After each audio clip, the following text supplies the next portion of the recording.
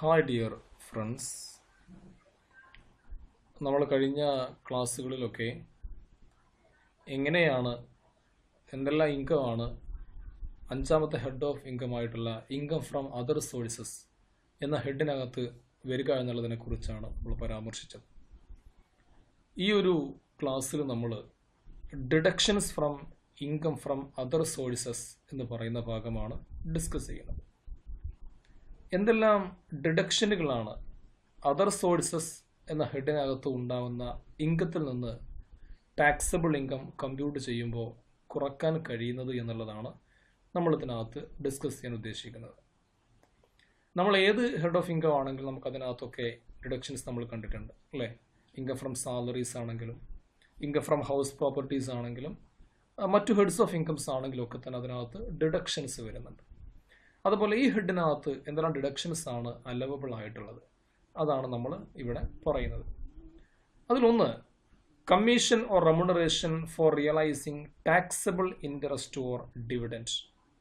ഒരു അസസിയുടെ ഇൻകത്തിന് ടാക്സബിൾ ഇൻകത്തിനകത്ത് എന്തെങ്കിലും ഇൻട്രസ്റ്റോ ഡിവിഡൻഡോ വരുന്നുണ്ടെങ്കിൽ, അതെങ്കിലും അസസിക്ക് ഇൻട്രസ്റ്റ് ഇൻകമോ ഡിവിഡൻഡ് ഇൻകമോ ഈ ഹെഡിനകത്ത് ടാക്സബിൾ ആയിട്ട് വരുന്നുണ്ടെങ്കിൽ അത്തരത്തിലുള്ള ഇൻകം റിയലൈസ് ചെയ്യാൻ വേണ്ടി അത് കളക്ഷനും മറ്റും വേണ്ടി വരുന്ന കമ്മീഷൻ എമൗണ്ടോ റെമ്യൂണറേഷൻ എമൗണ്ടോ എന്ത് ചെയ്യാം, ആ ഇൻകത്തിൽ നിന്ന് കുറച്ചിട്ട് കാണിക്കാൻ പറ്റും. ഉദാഹരണത്തിന് ഒരു അസസിക്ക് അദ്ദേഹം ഹോൾഡ് ചെയ്യുന്ന ഡിബഞ്ചറിൻ്റെ ഇൻട്രസ്റ്റ് എമൗണ്ട് അദ്ദേഹത്തിൻ്റെ ബാങ്ക് അക്കൗണ്ടിലേക്ക് ക്രെഡിറ്റ് ആവും. ഈ എമൗണ്ട് ബാങ്ക് അക്കൗണ്ടിലേക്കാണ് ക്രെഡിറ്റ് ആവുന്നത്. അതുമായി ബന്ധപ്പെട്ട് ബാങ്കിന് എന്തെങ്കിലും കളക്ഷൻ ചാർജോ കമ്മീഷനോ കൊടുക്കേണ്ടി വരികയാണെങ്കിൽ ആ എമൗണ്ട് എന്ത് ചെയ്യാം, ഇങ്ങനെ കിട്ടിയിട്ടുള്ള ഇൻട്രസ്റ്റിൻ്റെ ഇൻകത്തിൽ നിന്ന് കുറക്കാൻ പറ്റും. അപ്പോൾ എക്സംപ്റ്റ് ചെയ്യപ്പെടുന്ന ഇൻട്രസ്റ്റോ ഡിവിഡൻഡോ ആയി ബന്ധപ്പെട്ടുള്ള ഇത്തരം എമൗണ്ട് കുറക്കാൻ പറ്റില്ല. ടാക്സബിൾ ആയിട്ടുള്ള ഇൻട്രസ്റ്റോ ഡിവിഡൻഡോ ഉണ്ടെങ്കിൽ മാത്രമേ അതുമായി ബന്ധപ്പെട്ടുള്ള റിയലൈസിങ് ചാർജ് കമ്മീഷനോ റെമ്യൂണറേഷനോ മറ്റെന്തെങ്കിലും ആണെങ്കിൽ അത് കുറക്കാൻ കഴിയുന്നത്. രണ്ടാമത് employees contribution to provident fund or any fund if it is deposited before the due date. നമ്മൾ നേരത്തെ അതർ സോഴ്സസ് എന്ന ഹെഡിനകത്തുള്ള ഇൻകം നമ്മൾ ഡിസ്കസ് ചെയ്യുമ്പോൾ അന്നേരം കണ്ട ഒരു പോയിന്റാണ്, എംപ്ലോയീസിൻ്റെ സാലറി എമൗണ്ടിൽ നിന്ന് എംപ്ലോയർ പി എഫിലേക്കുള്ള കോൺട്രിബ്യൂഷൻ എമൗണ്ട് ഡിഡക്റ്റ് ചെയ്ത് കഴിഞ്ഞാൽ ആ എമൗണ്ട് ഒരു ഡ്യൂ ഡേറ്റ് പ്രിസ്ക്രൈബ്ഡ് ഡേറ്റിനുള്ളിൽ എന്ത് ചെയ്യണം, ആ എംപ്ലോയിയുടെ പി എഫ് അക്കൗണ്ടിലേക്ക് ഈ എംപ്ലോയർ ഡെപ്പോസിറ്റ് ചെയ്യണം. അത് ഡെപ്പോസിറ്റ് ചെയ്യാതെ കയ്യിൽ വെക്കുന്ന അത്രയും സമയം അത് എംപ്ലോയറുടെ ഇൻകമാണ്. എന്നാൽ ആ എമൗണ്ട് എംപ്ലോയിയുടെ പി എഫ് അക്കൗണ്ടിലേക്ക് ഡെപ്പോസിറ്റ് ചെയ്യുകയാണെങ്കിൽ ആ എമൗണ്ട് അദ്ദേഹത്തിൻ്റെ ഇൻകത്തിൽ നിന്ന് കുറക്കേണ്ടതായിട്ട് വരും.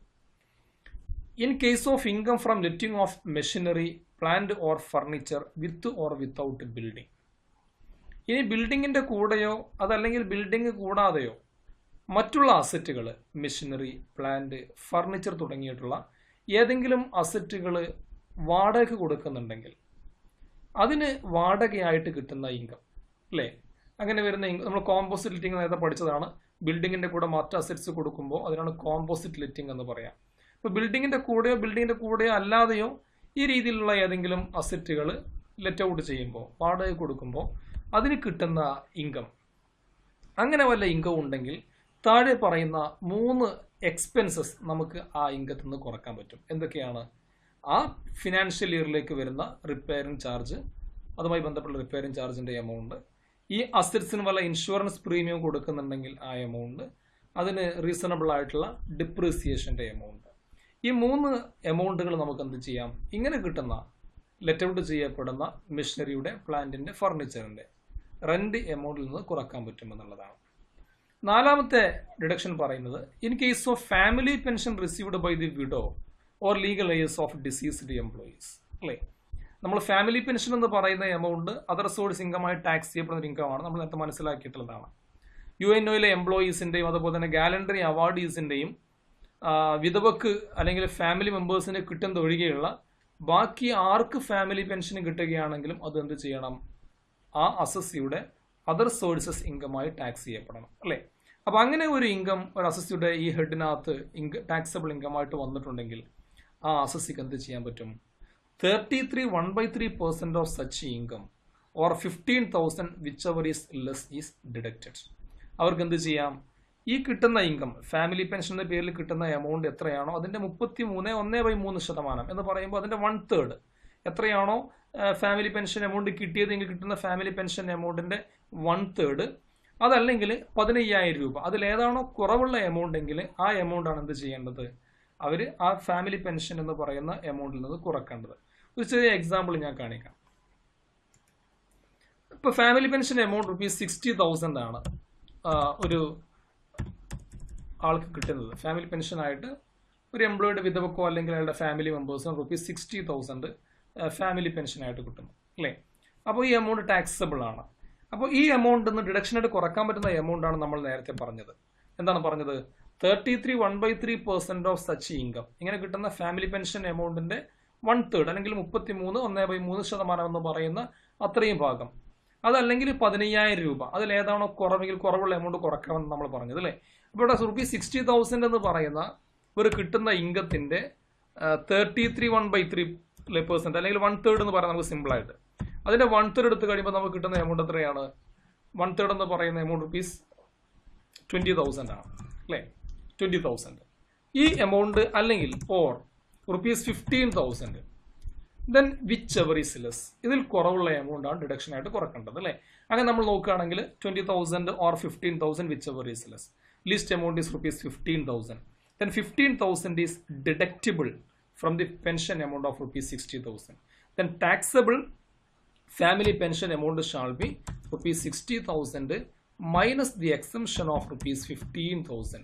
then ₹45,000 is taken as taxable family pension of the assessee. അപ്പോൾ ഇതാണ് ഫാമിലി പെൻഷനുമായി ബന്ധപ്പെട്ടുള്ള ഡിഡക്ഷൻ്റെ എമൗണ്ട് എന്ന് പറയുന്നത്. നെക്സ്റ്റ് 5ാമത് പറയുന്നത് interest on loan taken four investment in securities or shares. ഇനി ഏതെങ്കിലും സെക്യൂരിറ്റിയോ ഷെയറോ, ഇപ്പം നമ്മൾ ഡിബഞ്ചറുകളോ ബോണ്ടുകളോ ഷെയറോ ഒക്കെ വാങ്ങുന്നതിന് വേണ്ടി ലോൺ എടുക്കുന്നുണ്ടെങ്കിൽ, ഇത്തരത്തിലുള്ള ഏതെങ്കിലും ഇൻവെസ്റ്റ്മെന്റിന് വേണ്ടി ലോൺ എടുത്തിട്ടാണ് ഇൻവെസ്റ്റ് ചെയ്യുന്നതെങ്കിൽ ആ ലോണിന് കൊടുക്കുന്ന ഇൻട്രസ്റ്റിന്റെ എമൗണ്ട് എന്ത് ചെയ്യാൻ പറ്റും? ഇത്തരം ഇൻവെസ്റ്റ്മെന്റിന് കിട്ടുന്ന ഇൻകം ഉണ്ടാവും അല്ലേ. ഇപ്പോൾ ഒരു കമ്പനിയുടെ ഷെയർ വാങ്ങുകയാണെങ്കിൽ ഷെയറിന് ഡിവിഡൻഡ് കിട്ടും. ആ ഡിവിഡൻഡ് കിട്ടുന്ന ഇൻകത്തിന് എന്ത് ചെയ്യാം? ആ ഷെയർ വാങ്ങുന്നതിന് വേണ്ടി വല്ല ലോണും എടുത്തിട്ടുണ്ടെങ്കിൽ ലോണിന്റെ ഇൻട്രസ്റ്റ് എമൗണ്ട് കൊടുക്കുന്ന എമൗണ്ട് ഈ ഷെയറിന്റെ ഡിവിഡൻഡ് എമൗണ്ട് എന്ന് കുറക്കാം, അല്ലെങ്കിൽ ബോണ്ടിന്റെ ഇൻട്രസ്റ്റ് എമൗണ്ട് എന്ന് ലോണിന് കൊടുക്കേണ്ടി വരുന്ന ഇൻട്രസ്റ്റിന്റെ എമൗണ്ട് ഡിഡക്ഷൻ ആയിട്ട് കാണിക്കാം. അത് കുറച്ച് ബാക്കി എമൗണ്ട് മാത്രമേ ടാക്സബിൾ ഇൻകം ആയിട്ട് കാണിക്കേണ്ടതുള്ളൂ.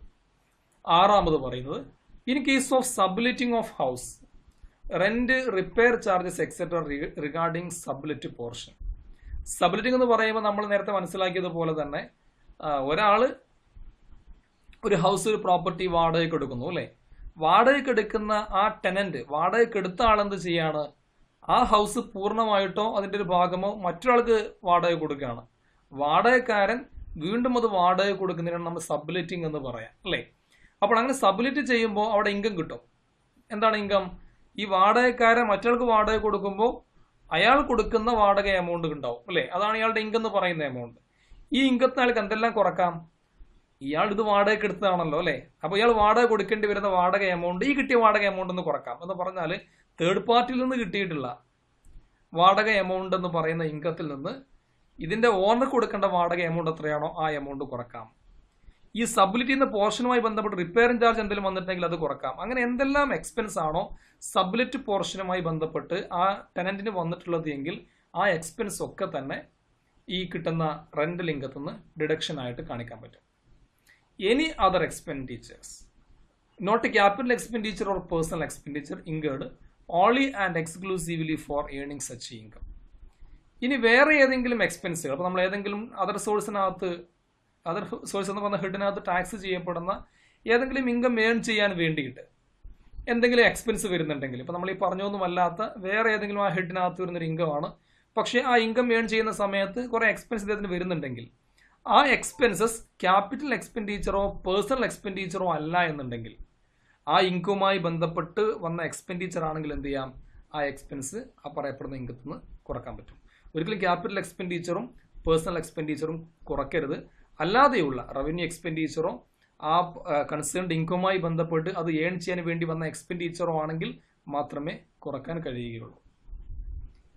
8ാമത്തെ ഐറ്റം പറയുന്നത് interest received on compensation or on enhanced compensation. ഇനി എന്തെങ്കിലും കോമ്പൻസേഷൻ എമൗണ്ട് കിട്ടാനുള്ള ഇൻട്രസ്റ്റ് ആണ്. നമ്മൾ നേരത്തെ പഠിച്ചിട്ടുള്ളതാണ്. ഇപ്പോൾ പ്രോപ്പർട്ടിയോ മറ്റോ ഒക്കെ ഏറ്റെടുക്കുന്ന സമയത്തോ അതല്ലെങ്കിൽ വേറെ ഏതെങ്കിലും കേസുകളോ കോമ്പൻസേഷൻ എമൗണ്ട് കിട്ടാം അല്ലേ. ഇങ്ങനെ കിട്ടുന്ന കോമ്പൻസേഷൻ എമൗണ്ട് യഥാസമയത്ത് കൊടുത്തിട്ടില്ലെങ്കിൽ ഇൻട്രസ്റ്റിന്റെ എമൗണ്ട് കൊടുക്കേണ്ടി വരും അല്ലേ. അതല്ലെങ്കിൽ നേരത്തെ ഉണ്ടെന്ന കോമ്പൻസേഷൻ എമൗണ്ടിനേക്കാൾ കൂടുതൽ കോമ്പൻസേഷൻ എമൗണ്ട് കിട്ടുകയാണ്, അത് എൻഹാൻസ് ചെയ്യാണ്, ഇൻക്രീസ് ചെയ്യുകയാണെങ്കിൽ, നേരത്തെ പ്രഖ്യാപിച്ചിരുന്ന നഷ്ടപരിഹാര തുകയേക്കാൾ കൂടുതൽ എമൗണ്ട് കൊടുക്കാൻ വേണ്ടി കോടതി ഉത്തരവ് വരികയോ മറ്റെന്തെങ്കിലും ചെയ്യുകയാണെങ്കിൽ അഡീഷണൽ ആയിട്ട് കൂടുതലായിട്ട് എന്തെങ്കിലും കോമ്പൻസേഷൻ എമൗണ്ട് കിട്ടുകയാണെങ്കിൽ അതിന്റെ ഇൻട്രസ്റ്റ് എമൗണ്ടോ, അപ്പോൾ കോമ്പൻസേഷൻ എമൗണ്ടിന്റെ അതല്ലെങ്കിൽ എൻഹാൻസ്ഡ് കോമ്പൻസേഷൻ എമൗണ്ടിന്റെ മുകളിൽ വല്ല ഇൻട്രസ്റ്റ് എമൗണ്ടും ഇൻകമായിട്ട് കിട്ടുകയാണെങ്കിൽ അങ്ങനെ കിട്ടുന്ന ഇൻട്രസ്റ്റ് എമൗണ്ടിൽ എന്ത് ചെയ്യാം, അതിന്റെ 50% ഡിഡക്ഷൻ ആയിട്ട് കുറക്കാം. അപ്പോൾ എത്ര എമൗണ്ട് ആണോ കോമ്പൻസേഷൻ ഇൻട്രസ്റ്റ് ആയി കിട്ടിയത് എങ്കിൽ കിട്ടിയ എമൗണ്ടിന്റെ പകുതി ഡിഡക്ഷൻ ആയിട്ട് കുറച്ചിട്ട് ബാക്കി പകുതി വരുന്ന ഭാഗം മാത്രമേ അദ്ദേഹത്തിന്റെ അതർ സോഴ്സ് ഇൻകം ആയിട്ട് കാണിക്കേണ്ട കാര്യമുള്ളൂ. അപ്പോൾ ഇത്രയാണ് നമ്മൾ ഇൻകം ഫ്രം അതർ സോഴ്സ് എന്ന ഹെഡിന് താഴെ ഡിഡക്ഷൻസ് ആയിട്ട് കാണിക്കാൻ കഴിയുന്ന എമൗണ്ടുകൾ. Okay, thank you.